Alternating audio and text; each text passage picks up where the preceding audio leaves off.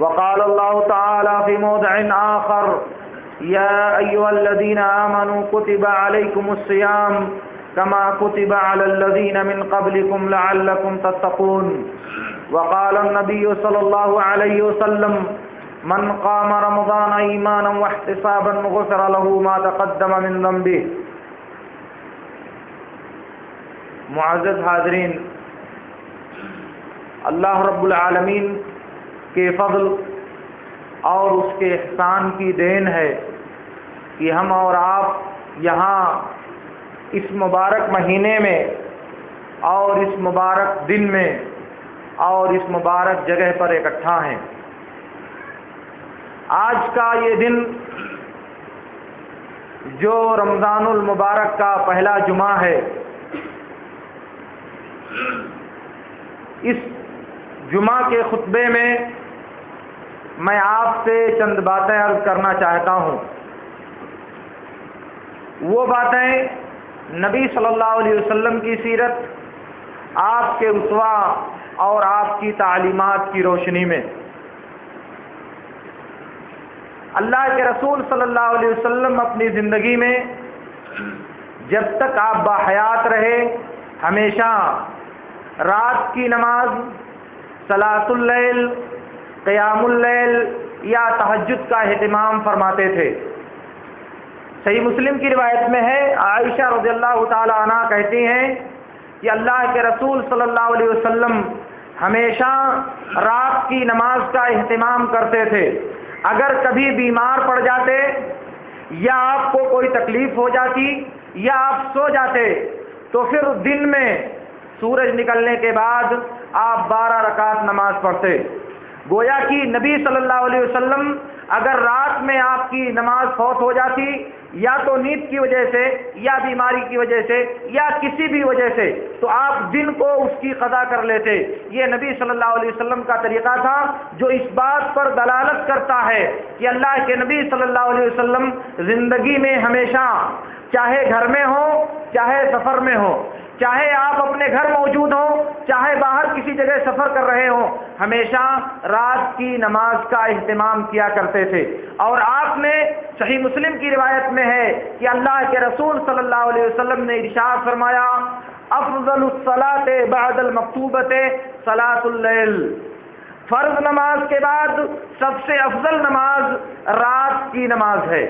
فرض نماز کے بعد سب سے افضل نماز رات کی نماز ہے. اللہ کے رسول صلی اللہ علیہ وسلم نے ارشاد فرمایا شرف المؤمن صلاتہ باللیل. مومن کی شرافت اور اس کی قدر و منزلت یہ ہے کہ وہ رات کی نماز کا اہتمام کرے. رات کی نماز پڑھنا ایک مومن آدمی کے لیے وجہ شرافت، وجہ فضیلت اور وجہ عظمت ہے، جیسا کہ نبی صلی اللہ علیہ وسلم نے ارشاد فرمایا. ایک دوسری حدیث میں نبی صلی اللہ علیہ وسلم نے فرمایا علیکم بقیام اللیل فإنہ دأب الصالحین قبلکم وقربۃ الی اللہ ومنہاۃ للاسم ومغفرۃ للسیئات. کہا تم رات کی نماز اور قیام اللیل کی پابندی کرو، کیونکہ یہ گزشتہ جو صالحین گزرے ہیں، اگلے جو دیندار اور بزرگ گزرے ہیں، یہ ان کا طریقہ رہا ہے. اور اس کا فائدہ یہ ہوگا کہ اللہ رب العالمین کی قربت اور اس کی نزدیکی حاصل ہوگی. اور دوسرا فائدہ ہوگا کہ اس کی وجہ سے اللہ رب العالمین گناہوں کو مٹا دے گا. اس کی وجہ سے اللہ رب العالمین انسان کی خطاؤں کو درگزر کر دے گا اور رات کی نماز کو انسان کے گناہوں کا کفارہ بنا دے گا. اور تیسرا فائدہ یہ ہوگا کہ یہ رات کو نماز پڑھنا انسان کو گناہوں سے روکنے کا ذریعہ بنے گا. منہاۃ عن الاسم، رات کی نماز گناہ کرنے سے، گناہ میں پڑھنے سے، گناہ کے کام کرنے سے روکنے کا سبب بنے گا. گویا کہ رات کی نماز کی تاکید اللہ کے رسول صلی اللہ علیہ وسلم نے کیا وہ 4 وجہ سے. پہلی وجہ یہ ہے کہ رات کی نماز پڑھنا شروع سے نیکوکاروں کا، صالحین کا اور بزرگوں کا طریقہ رہا ہے. دوسری وجہ یہ ہے کہ اس سے اللہ رب العالمین کی قربت اللہ رب العالمین کی نزدیکی اور اللہ رب العالمین کی رضا حاصل ہوتی ہے۔ تیسرا فائدہ یہ ہے کہ اس کی وجہ سے اللہ رب العالمین گناہوں کو مٹا دیتا ہے۔ یہ رات کو نمازیں پڑھنا گناہوں کا کفارہ بن جاتا ہے۔ اور چوتھا فائدہ یہ ہے کہ رات کی نماز پڑھنے کی وجہ سے یہ رات کی نماز انسان کو گناہ سے روکتی ہے، انسان کو گناہ اور غلطی کے کام میں پڑنے سے منع کرتی ہے۔ یہ اللہ کے رسول صلی اللہ علیہ وسلم نے رات کی نماز کی حکمت بیان کیا ہے۔ اسی لیے نبی صلی اللہ علیہ وسلم نے عبداللہ بن عمرو بن عاص رضی اللہ تعالیٰ عنہما سے کہا، یا عبداللہ لا تکن مثل فلان کان یقوم اللیل فترک قیام اللیل، اے عبداللہ فلاں کی طرح سے مت ہو جانا، فلاں کے طریقے سے مت کرنا۔ وہ راتوں کو نماز پڑھا کرتا تھا پہلے، بعد میں اس نے قیام اللیل چھوڑ دیا۔ پہلے وہ قیام اللیل کا اہتمام کرتا تھا، بعد میں اس نے قیام اللیل چھوڑ دیا۔ ایسا مت کرنا، کیوں؟ اس لیے کہ اللہ کے رسول صلی اللہ علیہ وسلم کا فرمان یہ ہے کہ احب الاعمال الی اللہ ادومہ وان قل۔ بخاری کی روایت میں ہے، اللہ کے رسول صلی اللہ علیہ وسلم نے ارشاد فرمایا، اللہ رب العالمین کو سب سے محبوب اور سب سے پسندیدہ وہ عمل ہے جس پر تسلسل، ہمیشگی برتی جائے، جسے ہمیشہ کیا جائے، اگرچہ کہ وہ عمل تھوڑا اور معمولی کیوں نہ ہو۔ عرض کرنے کا مطلب یہ ہے کہ اللہ کے رسول صلی اللہ علیہ وسلم نے ان تمام صحیح حدیثوں میں ہم کو اس بات کی ترغیب دیا ہے کہ ہم رات کو نماز پڑھنے کا اہتمام کریں، ہم قیام اللیل کا اہتمام کریں، ہم تہجد کا اہتمام کریں، جیسا کہ نبی صلی اللہ علیہ وسلم کا طریقہ تھا۔ تہجد کی یہی نماز جو سال کے ہر مہینے اور سال کے ہر دن میں اللہ کے رسول صلی اللہ علیہ وسلم نے مشروع قرار دیا ہے، رمضان کے مہینے میں اسی نماز کو تراویح کی نماز کہا جاتا ہے۔ اسی نماز کو تراویح کی نماز کہا جاتا ہے۔ رمضان میں چونکہ یہ نماز جماعت کے ساتھ ادا کی جاتی ہے اور جماعت میں پڑھنے کی صورت میں سلف صالحین کا طریقہ یہ تھا کہ ہر 2 رکعت یا 4 رکعت نماز پڑھنے کے بعد وہ تھوڑی دیر مصلی پر بیٹھ کر آرام کیا کرتے تھے، یعنی 4 رکعت سے فارغ ہونے کے بعد 5ویں رکعت شروع کرنے سے پہلے تھوڑی دیر آرام کیا کرتے تھے۔ اسی آرام کرنے کو عربی زبان میں ترویحہ کہا جاتا ہے، اسی لیے ترویحہ کی جمع تراویح استعمال کی جاتی ہے رات کی نماز کے لیے۔ تو رمضان میں جب وہی رات کی نماز ادا کی جاتی ہے اسے تراویح کہا جاتا ہے۔ اس کے بارے میں نبی صلی اللہ علیہ وسلم نے ارشاد فرمایا، بخاری اور مسلم کی روایت میں ہے،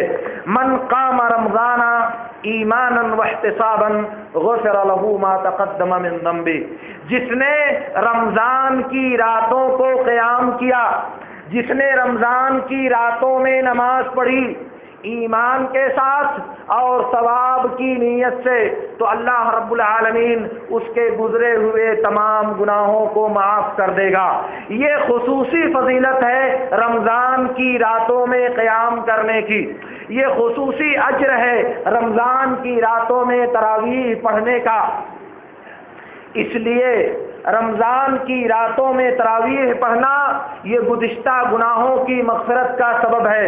اس نماز کو جماعت کے ساتھ پڑھنا نبی صلی اللہ علیہ وسلم سے ثابت ہے۔ بخاری اور مسلم کی روایت میں ہے، عائشہ رضی اللہ تعالی عنہا کہتی ہیں کہ اللہ کے رسول صلی اللہ علیہ وسلم ایک دن مسجد میں نماز پڑھ رہے تھے رمضان کی رات میں۔ آپ نماز پڑھ رہے تھے تو آپ کی نماز کی اقتدا میں چند صحابہ نے بھی پیچھے آپ کے نماز پڑھی۔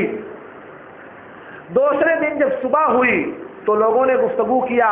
کہ اللہ کے رسول صلی اللہ علیہ وسلم رات میں نماز پڑھا رہے تھے اور ہم لوگوں نے آپ کے پیچھے نماز پڑھی ہے۔ اگلی رات اس سے زیادہ تعداد میں صحابہ کرام مسجد نبوی میں جمع ہوئے اور انہوں نے نبی صلی اللہ علیہ وسلم کی اقتدا میں نماز ادا کیا۔ تیسرے دن یہ گفتگو اور زیادہ مشہور ہوئی اور زیادہ لوگوں نے اللہ کے رسول صلی اللہ علیہ وسلم کی اقتدا میں رمضان کی رات میں یہ نماز ادا کیا۔ حدیث کے الفاظ ہیں، قریب تھا کہ مسجد بھر جاتی، اتنی تعداد میں لوگ شریک ہوئے۔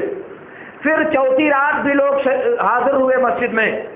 اور پورا مجمع مسجد نبوی میں سمایا ہوا تھا اور تمام صحابہ کرام مسجد میں بھرے ہوئے اللہ کے رسول صلی اللہ علیہ وسلم کے اپنے کمرے سے نکلنے کا انتظار کر رہے تھے، اور اللہ کے رسول صلی اللہ علیہ وسلم اپنے کمرے میں ٹھہرے رہے، آپ نہیں نکلے۔ اس کے بعد جب فجر کا وقت ہو گیا تو آپ فجر کی نماز پڑھانے آئے، اور اس درمیان بعض صحابہ کرام آپ کے انتظار میں دروازے پر دستک بھی دے رہے تھے، کچھ لوگ دروازے پر کنکری بھی مار رہے تھے۔ تو اللہ کے رسول صلی اللہ علیہ وسلم نے بیان فرمایا، مجھے معلوم تھا کہ تم لوگ میرا انتظار کر رہے ہو، لیکن مجھے ڈر یہ تھا کہ کہیں یہ نماز تمہارے اوپر فرض نہ کر دی جائے اور تم اسے ادا کرنے سے عاجز آ جاؤ، اس لیے میں یہ نماز پڑھانے کے لیے نہیں نکلا۔ کیا کہا نبی صلی اللہ علیہ وسلم نے؟ انہو لم یخف علی مکانکم ولکنی خشیت ان تفرض علیکم فتعجزوا عنہا۔ کہا مجھے معلوم تھا، میں اس بات سے انون نہیں تھا کہ تم لوگ میرا انتظار کر رہے ہو، لیکن مجھے ڈر تھا کہ کہیں یہ نماز فرض نہ کر دی جائے، اس لیے میں نہیں آیا، اس ڈر سے میں نہیں آیا کہ اگر یہ نماز فرض کر دی گئی تمہارے اوپر تو تم اسے ادا کرنے سے عاجز آ جاؤ گے، اس کی ادائیگی میں قاصر رہ جاؤ گے، اسے ادا نہیں کر پاؤ گے، اس لیے میں نہیں آیا۔ یہاں اللہ کے رسول صلی اللہ علیہ وسلم نے 3 دن کے بعد بقیہ دنوں میں جماعت سے نماز پڑھنے سے اس لیے انکار کر دیا کہ آپ کو ڈر تھا کہ کہیں اللہ رب العالمین ہماری پابندی کو دیکھ کر اسے امت پر فرض نہ کر دے، اور جب رات کی نماز امت پر فرض ہو جائے گی تو یہ بہت مشقت کی بات ہوگی۔ اب آپ کی وفات کے بعد یہ جو خطرہ تھا، یہ جو خدشہ تھا، وہ ختم ہو گیا۔ اب اس بات کا ڈر نہیں رہا امت کے لیے کہ یہ نماز فرض کر دی جائے گی، کیونکہ فرضیت کا سلسلہ اللہ کے رسول صلی اللہ علیہ وسلم کی وفات کے بعد ختم ہو گیا۔ اب جو ڈر تھا پیارے نبی صلی اللہ علیہ وسلم کو، وہ ڈر اب باقی نہیں رہا، اور جب ڈر باقی نہیں رہا تو صحابہ کرام نے اس نماز کو جماعت کے ساتھ پڑھنے کا اہتمام کیا۔ بخاری کی اور مسلم کی روایت میں ہے، عبد الرحمن بن عبد القاری رحمت اللہ علیہ کہتے ہیں کہ ہم لوگ ایک دن عمر بن خطاب رضی اللہ تعالیٰ عنہ کے ساتھ مسجد میں نکلے تو دیکھا کہ لوگ چند یہاں نماز پڑھ رہے ہیں، چند لوگ یہاں نماز پڑھ رہے ہیں، چند لوگ وہاں نماز پڑھ رہے ہیں، یعنی مختلف لوگ مختلف جماعتیں بنا کر، کوئی اکیلے پڑھ رہا ہے، کوئی 4-5 پڑھ رہے ہیں، کوئی 4-6 پڑھ رہے ہیں، الگ الگ سب لوگ نماز پڑھ رہے ہیں۔ حدیث کے الفاظ ہیں فَإِذَا النَّاسُ أَوْضَاعٌ مُتَفَرِّقُونَ، لوگ الگ الگ ٹولیوں میں نماز پڑھ رہے تھے۔ عمر بن خطاب رضی اللہ تعالیٰ عنہ نے کہا اگر ہم ان کو ایک امام کے پیچھے جمع کر دیتے تو بہتر ہوتا۔ عمر بن خطاب رضی اللہ تعالیٰ عنہ نے ایک بات سوچی، ابھی فیصلہ نہیں کیا، کہا کہ اگر ہم ان کو ان تمام لوگ متفرق لوگوں کو، الگ الگ پڑھنے والوں کو اگر ایک امام کے پیچھے جمع کر دیتے تو بہتر ہوتا۔ پھر اس کے بعد عمر بن خطاب رضی اللہ تعالیٰ عنہ نے اس بات کا فیصلہ کیا اور حکم دیا ابی بن کعب رضی اللہ تعالیٰ عنہ کو کہ تم لوگوں کو مسجد میں جماعت کے ساتھ نماز پڑھاؤ۔ وہ جماعت کے ساتھ نماز پڑھانے لگے، اور مسجد نبوی میں جو متفرق الگ الگ لوگ نماز پڑھ رہے تھے، اب وہ عمر بن خطاب رضی اللہ عنہ کے حکم سے ایک جماعت کے ساتھ نماز پڑھنے لگے، اور ایک امام کے پیچھے اس کی اقتدا میں نماز تراویح یا نماز تہجد یا قیام اللیل ادا کرنے لگے۔ پھر دوسری مرتبہ عمر بن خطاب رضی اللہ تعالیٰ عنہ مسجد میں آئے، یہ بھی اسی روایت کا ایک حصہ ہے۔ مسجد میں آئے تو دیکھا لوگوں کو جماعت کرتے ہوئے، خوش ہوئے اور کہا کہ تم لوگ جس حصے میں سو جاتے ہو وہ اس سے بہتر ہے جس میں تم لوگ نماز پڑھتے ہو، لیکن یہ بھی ایک اچھی بات ہے، یعنی رات کا آخری پہر یہ افضل ترین وقت ہے، قیام اللیل یا صلاۃ اللیل یا تہجد کی ادائیگی کے لیے، مگر چونکہ رمضان میں جماعت کے ساتھ عشاء کے بعد پڑھ لیا جاتا ہے تو انہوں نے کہا کہ وہ وقت تو افضل تھا مگر جماعت کا اہتمام اس وقت میں ہو رہا ہے، اس لیے یہ بھی ایک اچھی بات ہے۔ تو میرے عرض کرنے کا مطلب یہ ہے کہ تراویح کی نماز کو جماعت کے ساتھ ادا کرنا نبی صلی اللہ علیہ وسلم سے بھی ثابت ہوا اور آپ کے اصحاب کرام سے بھی ثابت ہوا۔ اور یہ جو نماز پڑھی جاتی ہے تہجد کے نام سے، تراویح کے نام سے، قیام اللیل کے نام سے یا صلاۃ اللیل کے نام سے، ان تمام نمازوں کا اجتماع نبی صلی اللہ علیہ وسلم کی زندگی میں موجود تھا۔ صحیح مسلم کی روایت میں ہے، عائشہ رضی اللہ تعالیٰ عنہ کہتی ہیں کہ اللہ کے رسول صلی اللہ علیہ وسلم، ذرا آپ اس بات کو توجہ سے سنیے گا، مائی عائشہ رضی اللہ تعالیٰ عنہ کہتی ہیں کہ اللہ کے رسول صلی اللہ علیہ وسلم عشاء کے بعد سے لے کر فجر کے درمیان تک، آپ سن لیں گے، اللہ کے رسول صلی اللہ علیہ وسلم عشاء کے بعد سے لے کر فجر کے درمیان تک 11 رکعت نماز پڑھتے تھے، ہر 2 رکعت پر سلام پھیرتے اور آخر میں 1 رکعت وتر پڑھتے۔ یہ صحیح مسلم کی روایت میں ہے جو ام المومنین عائشہ رضی اللہ تعالی عنہا نے بیان کیا۔ گویا کہ عشاء کے بعد سے لے کر فجر سے پہلے تک، صبح صادق ہونے سے پہلے تک نبی صلی اللہ علیہ وسلم جو نماز پڑھتے تھے اس نماز کی تعداد 11 رکعت ہوتی تھی، جس میں آپ ہر 2 رکعت پر سلام پھیرتے اور آخر میں 11ویں اکیلی رکعت پڑھ کر نماز کو وتر بنا لیتے۔ یہ نبی صلی اللہ علیہ وسلم کا طریقہ تھا۔ یہ پورے سال کا معاملہ ہے کہ عشاء سے فجر کے درمیان نبی صلی اللہ علیہ وسلم ہمیشہ 11 رکعت نماز پڑھا کرتے تھے۔ بخاری اور مسلم کی ایک دوسری روایت میں ابو سلمہ بن عبد الرحمن بن عوف زہری رحمت اللہ علیہ نے مائی عائشہ رضی اللہ تعالی عنہا سے پوچھا، کہا اللہ کے رسول صلی اللہ علیہ وسلم رمضان میں کیسی نماز پڑھتے تھے؟ کیف کانت صلاۃ النبی صلی اللہ علیہ وسلم باللیل فی رمضان، نبی صلی اللہ علیہ وسلم کی رمضان میں رات کی نماز، تراویح کی نماز، تہجد کی نماز کیسے ہوتی تھی، آپ کیسے پڑھتے تھے؟ ام المومنین عائشہ رضی اللہ تعالی عنہا نے کہا، ما کان النبی صلی اللہ علیہ وسلم یزید فی رمضان ولا فی غیرہ علی 11 رکعہ، کان یصلی 4 فلا تسأل عن حسنہن وطولہن ثم یصلی 4 فلا تسأل عن حسنہن وطولہن ثم یؤتر ب3۔ یہ متفق علیہ روایت ہے۔ ابو سلمہ بن عبد الرحمن تابعی نے جب ام المومنین عائشہ رضی اللہ عنہا سے پوچھا کہ اللہ کے رسول رمضان میں کیسی نماز پڑھتے تھے تو انہوں نے جواب دیا کہ آپ رمضان میں اور رمضان کے علاوہ دوسرے دنوں میں کبھی بھی 11 رکعت سے زیادہ نہیں پڑھتے تھے۔ آپ رمضان میں اور نہ غیر رمضان میں کبھی بھی، یعنی سال کے 12 مہینے آپ کبھی بھی 11 رکعت سے زیادہ نہیں پڑھتے تھے۔ ام المومنین عائشہ رضی اللہ عنہا نے یہ کہا کہ 11 سے زیادہ نہیں کرتے تھے، یہ نہیں کہا کہ 11 پڑھتے تھے، یہ نہیں کہا کہ 11 سے کم نہیں کرتے تھے، دونوں باتیں بیان نہیں فرمائیں، صرف یہ بیان فرمایا کہ اس سے زیادہ نہیں پڑھتے تھے۔ اس کا مطلب یہ ہوا کہ اگر اس سے کم کوئی انسان پڑھے تو وہ ایک دوسری بات ہے، مگر یہاں جس بات کی نفی کیا ہے وہ 11 سے زیادہ پڑھنے کی نفی کیا ہے۔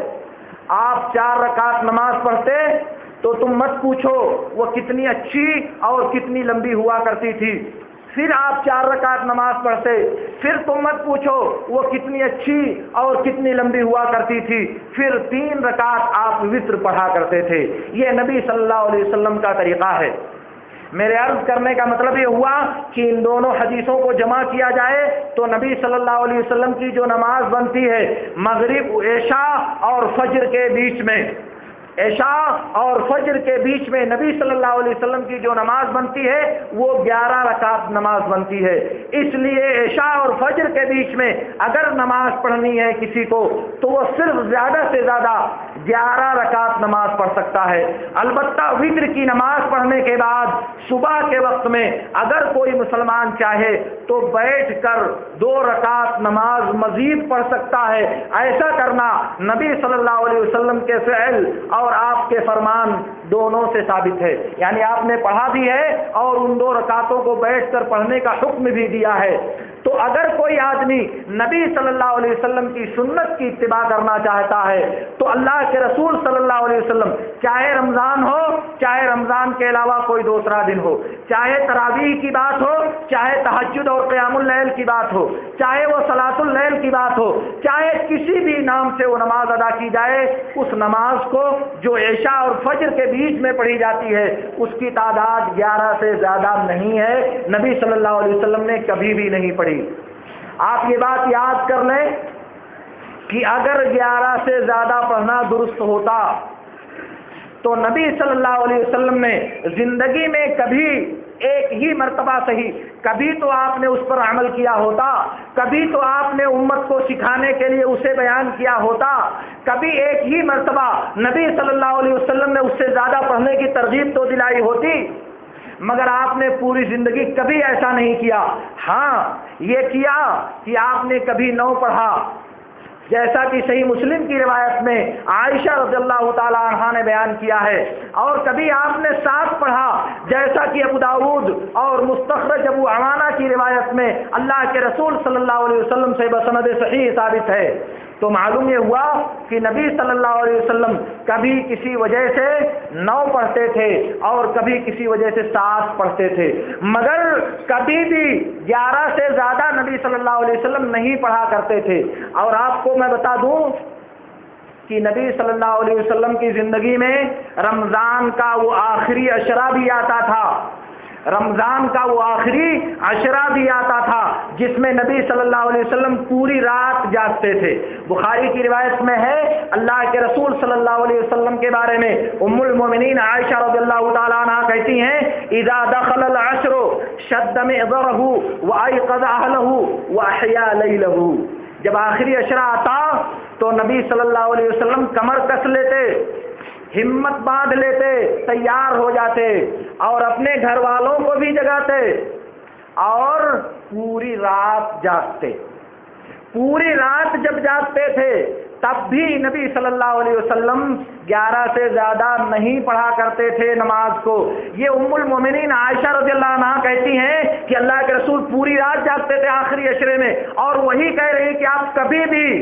11 رکعت سے زیادہ نماز نہیں پڑھا کرتے تھے۔ تو سنت یہ ہے کہ عشاء اور فجر کے بیچ میں چاہے عشاء کے فوراً بعد پڑھی جائے، چاہے درمیانے رات میں پڑھی جائے، چاہے آخری رات میں نماز پڑھی جائے، اس کی تعداد نبی صلی اللہ علیہ وسلم کے طریقے کے مطابق 11 سے زیادہ نہیں ہونی چاہیے۔ صحیح ابن خزیمہ میں اور مسند بزار میں جابر بن عبداللہ رضی اللہ تعالی عنہ سے بسند صحیح ثابت ہے، ابی بن کعب رضی اللہ تعالیٰ عنہ اللہ کے رسول صلی اللہ علیہ وسلم کے پاس آئے اور کہا ہے اللہ کے رسول رات میں ایک عجیب و غریب واقعہ پیش آیا، رات میں مجھ سے ایک عجیب و غریب حرکت سرزد ہو گئی۔ کہا کیا ہوا؟ کہا میں اپنے گھر میں تھا، میرے گھر اور محلے کی عورتیں میرے پاس آئیں اور کہا کہ اے ابی ہم کو قرآن پڑھنا نہیں آتا، تو ذرا تم ہم کو نماز پڑھا دو رات کی، تو ذرا تم ہم کو رمضان میں رات کی نماز پڑھا دو، ذرا تم ہمیں تراویح اور تہجد پڑھا دو۔ تو ابی بن کعب رضی اللہ تعالیٰ عنہ نے کہا کہ اے اللہ کے رسول میں نے ان کی درخواست کو قبول کر کے انہیں 8 رکعت نماز اور 3 رکعت وتر پڑھا دیا۔ میں نے رات میں ان کو 8 رکعت نماز اور 3 رکعت وتر پڑھا دیا۔ اللہ کے رسول صلی اللہ علیہ وسلم نے اسے سنا اور آپ خاموش رہے۔ آپ نے ابی کے اس عمل پر انکار نہیں کیا، آپ نے ابی کی تردید نہیں کی، سکوت اختیار کیا آپ نے۔ تو راوی کہتے ہیں یعنی جابر بن عبداللہ رضی اللہ تعالیٰ عنہ کہتے ہیں فکانت سنت الرضا، رمضان کی راتوں میں 8 یعنی 11 رکعت 8 3 11 رکعت پڑھنا یہ نبی صلی اللہ علیہ وسلم کی رضامندی کی سنت ہے. آپ نے اس پر رضامندی ظاہر فرمائی، وہ سنت ہوئی جو اللہ کے رسول صلی اللہ علیہ وسلم نے جس کا انکار نہیں کیا. اور جن 3 راتوں میں اللہ کے رسول صلی اللہ علیہ وسلم نے صحابہ کرام کو تراویح کی نماز پڑھائی تھی، ان کے بارے میں صحیح ابن حبان اور صحیح ابن خزیمہ میں جابر بن عبداللہ رضی اللہ تعالیٰ عنہ سے بسند صحیح ثابت ہے. انہوں نے کہا کہ اللہ کے رسول صلی اللہ علیہ وسلم نے ہمیں 3 راتیں 8 رکعت نماز اور 3 رکعت وتر پڑھائی. گویا کہ اللہ کے رسول صلی اللہ علیہ وسلم نے جب صحابہ کرام کی جماعت کرائی تھی اس وقت بھی آپ نے 11 رکعت نماز پڑھائی تھی. یہ تمام حدیثیں اس بات پر دلالت کرتی ہیں کہ نبی صلی اللہ علیہ وسلم فجر اور عشاء کے درمیان، عشاء سے لے کر فجر تک اس بیچ میں جو نماز پڑھا کرتے تھے ان کی تعداد 11 سے زیادہ نہیں ہوا کرتی تھی. اور جب جماعت کے ساتھ بھی نبی صلی اللہ علیہ وسلم نے مسجد میں نماز پڑھائی تب بھی ان کی تعداد 11 ہی تھی. اور پوری زندگی نبی صلی اللہ علیہ وسلم سے کہیں بھی کبھی بھی نہ سفر میں نہ حضر میں نہ رمضان میں نہ غیر رمضان میں کبھی بھی 11 رکعت سے زیادہ پڑھنا نبی صلی اللہ علیہ وسلم سے ثابت نہیں ہے. البتہ مصنف عبدالرزاق میں ایک روایت ذکر کی جاتی ہے جابر بن عبداللہ رضی اللہ عنہ سے کہ اللہ کے رسول صلی اللہ علیہ وسلم رات کو 20 رکعت نماز پڑھتے تھے اور 3 رکعت وتر پڑھا کرتے تھے. یہ روایت کچھ لوگ ذکر کرتے ہیں مگر اس روایت کے صحیح نہ ہونے، اس روایت کے غلط ہونے اور اس روایت کے باطل ہونے پر پوری امت کا اجماع ہے. حتیٰ کہ علامہ بدر الدین عینی حنفی نے اپنی کتاب عمدۃ القاری فی شرح صحیح البخاری میں لکھا ہے کہ محدثین کا اس بات پر اتفاق ہے کہ یہ حدیث ضعیف ہے. اور میں آپ سے عرض کرتا ہوں کہ اس لیے کہ اس کی روایت میں ایک راوی ابو شیبہ ابراہیم بن عثمان یہ انتہائی زیادہ ضعیف راوی ہے. اس حدیث کو بیان کرنے والا ایک راوی ابو شیبہ انتہائی زیادہ ضعیف راوی ہے. اس لیے یہ روایت محدثین کے طریقے کے مطابق نبی صلی اللہ علیہ وسلم سے ثابت نہیں ہے. ہاں اس کے الٹا نبی صلی اللہ علیہ وسلم سے جب ثابت ہوا تو یہ ضعیف روایت نبی کی صحیح روایت کے مخالف ہونے کی وجہ سے مزید منکر، مزید ضعیف اور مزید ناقابل قبول ہو جایا کرتی ہے. تو میں عرض یہ کر رہا تھا کہ نبی صلی اللہ علیہ وسلم سے کسی بھی روایت میں 11 رکعت سے زیادہ نماز پڑھنا نبی صلی اللہ علیہ وسلم سے ثابت نہیں ہے. حتیٰ کہ عمر بن خطاب رضی اللہ تعالیٰ عنہ سے موطا امام مالک میں بسند صحیح ثابت ہے. مالک عن محمد بن یوسف عن السائب بن یزید قال امر عمر ابیا وتمیم الداریہ ان یقوما للناس ب11 رکعۃ فی رمضان فكنا نقوم على العشي من طول القيام وما كنا ننصرف الا في بضوع اور دوسری روایت میں الا في فروع الفجر. امام مالک نے اپنے استاد محمد بن یوسف سے اور انہوں نے اپنے استاد سائب بن یزید رضی اللہ تعالی عنہ سے، یہ صحابی ہیں، انہوں نے کہا کہ عمر بن خطاب رضی اللہ تعالیٰ عنہ نے ابی بن کعب اور تمیم داری دونوں کو حکم دیا کہ وہ لوگوں کو 11 رکعت نماز پڑھائیں. یہ موطا امام مالک کی روایت ہے. میں آپ سے عرض کر رہا ہوں کہ عمر بن خطاب نے ابی بن کعب اور تمیم داری دونوں کو حکم دیا کہ وہ لوگوں کو 11 رکعت نماز پڑھائیں. اور ہم قیام کے لمبا ہونے کی وجہ سے لاٹھیوں پر ٹیک لگایا کرتے تھے۔ اتنی لمبی نماز ہوتی تھی کہ ہم جب تھک جاتے تھے تو تھک جانے کی وجہ سے لاٹھی پر ٹیک لگایا کرتے تھے، اور ہم جب نماز پڑھ کے فارغ ہوتے تھے تو بالکل فجر کا ابتدائی حصہ شروع ہو چکا ہوتا تھا، یعنی فجر کاذب کا سحری کا وقت شروع ہو چکا ہوتا تھا جب ہم نماز پڑھ کر کے فارغ ہوتے تھے۔ وما كنا ننصرف الا في فروع الفجر اي في اول الفجر، ہم جب نماز سے فارغ ہوتے تھے تو سحری کا وقت قریب ہو چکا ہوتا تھا یا ہو چکا ہوتا تھا، سحری کا وقت داخل ہو چکا ہوتا تھا۔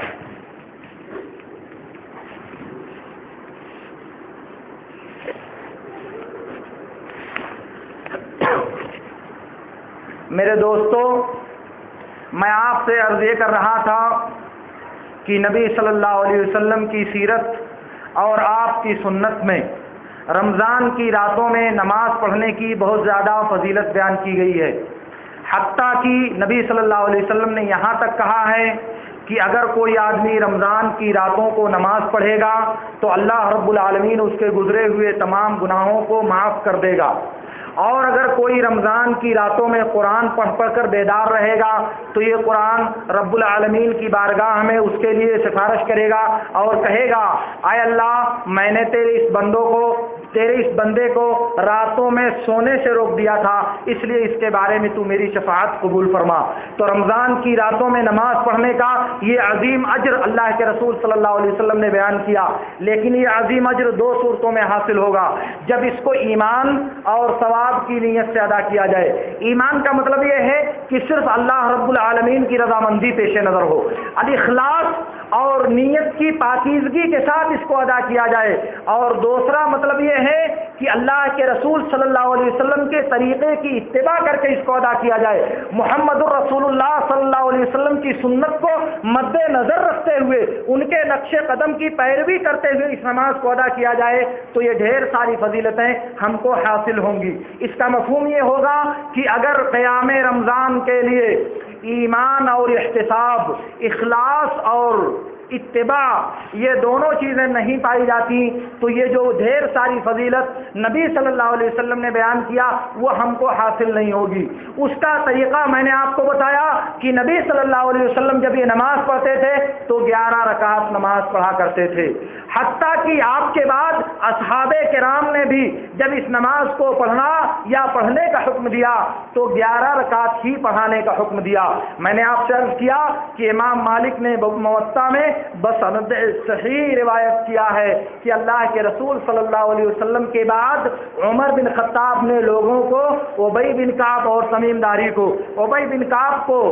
مردوں میں نماز پڑھانے کے لیے اور تمیم داری کو عورتوں میں نماز پڑھانے کے لیے متعین کیا تو 11 رکعت نماز پڑھانے کا حکم دیا۔ اسی موطا امام مالک میں اسی کے معن بعد، اسی سے متصل، اسی سے نیچے امام مالک نے ایک دوسری حدیث ذکر کیا ہے جسے یزید بن خصیفہ یا یزید بن رومان رحمت اللہ علیہ بیان کرتے ہیں۔ انہوں نے کہا کہ لوگ عمر کے زمانے میں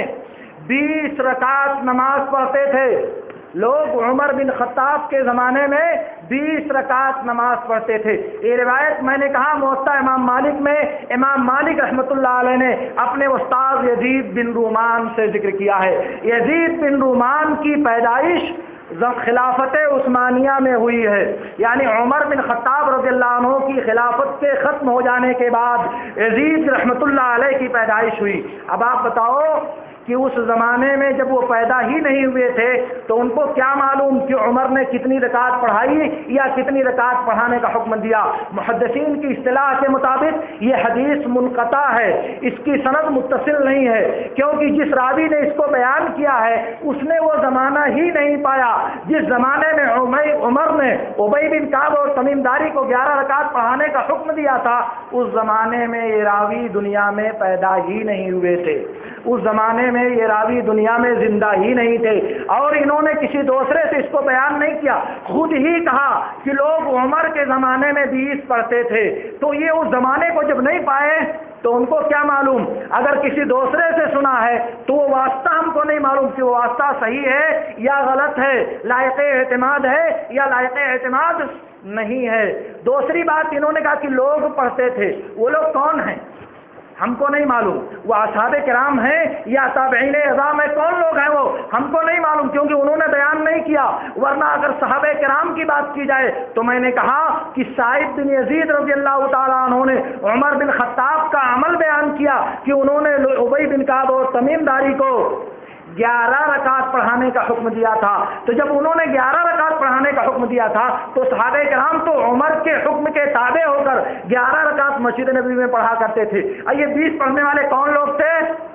اس کی خبر ہم کو نہیں ملتی، روایتوں سے ہمیں اس کی تصدیق نہیں ہوتی۔ اس لیے اور تیسری ایک بات اور سن لیں، کسی بھی امتی کا وہ عمل، دنیا کے کسی بھی انسان کا وہ عمل، کوئی آدمی کتنا ہی بڑا کیوں نہ ہو جائے، خواہ وہ ابو بکر و عمر جیسا عظیم الشان انسان کیوں نہ ہو، اس امت میں انبیاء کے بعد قیامت تک ان جیسا کوئی انسان نہ پیدا ہوا اور نہ قیامت تک پیدا ہوگا۔ اگر ان کی بھی بات میرے نبی صلی اللہ علیہ وسلم کی بات سے ٹکرائے تو دنیا کی کسی کی بات کا کوئی اعتبار نہیں ہوگا۔ وزن، وقار اور اعتبار اگر دیا جائے گا تو محمد الرسول اللہ صلی اللہ علیہ وسلم کی سنت اور آپ کے عمل کا اعتبار کیا جائے گا، اور نبی صلی اللہ علیہ وسلم کے عمل سے اگر دنیا کے انسانوں کا عمل متعارض ہوتا ہے تو حجت کیا ہے؟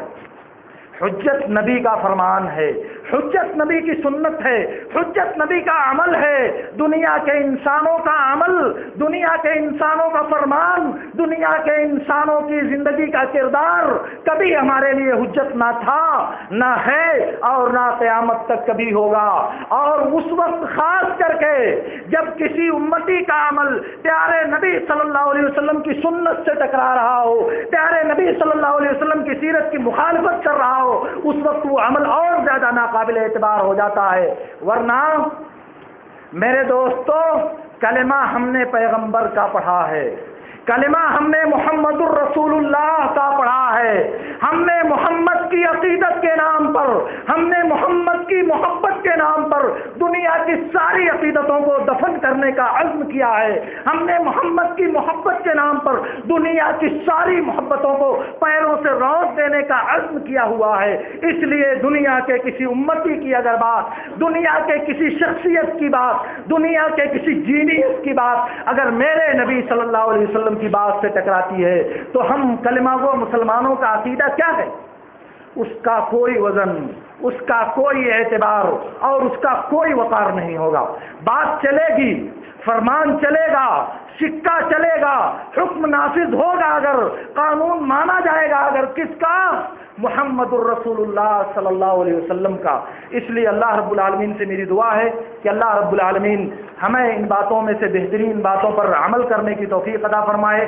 اور ہمیں اس بات کی توفیق دے کہ ہماری زندگی میں محمد الرسول اللہ صلی اللہ علیہ وسلم کی زندگی کا عکس اور آپ کی سیرت کا نمایاں ظہور ہو۔ رب العالمین ہمیں ان باتوں کی توفیق دے۔ وآخر دعوانا ان الحمد للہ رب العالمین۔ اقول لكم ما تسمعون واستغفر الله لي ولكم فاستغفروه عباد الله قوموا الى الصلاة۔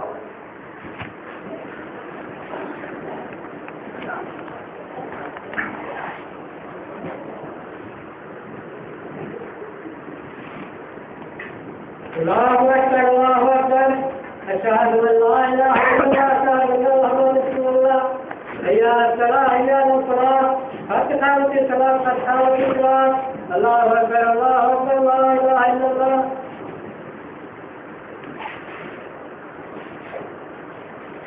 سب سیدھی کر لیں، پہلے اگلی صفوں کو پر کریں، پھر پیچھے کھڑے ہوں، قدم سے قدم اور کندھے سے کندھا ملا لیں، صفوں کے درمیان خالی جگہ نہ چھوڑیں، اپنا پیر اپنے جسم کے بقدر پھیلائیں۔ صف اس وقت تک درست نہیں ہوگی جب تک آپ کے کندھے کے برابر آپ کا پیر نہیں ہوگا۔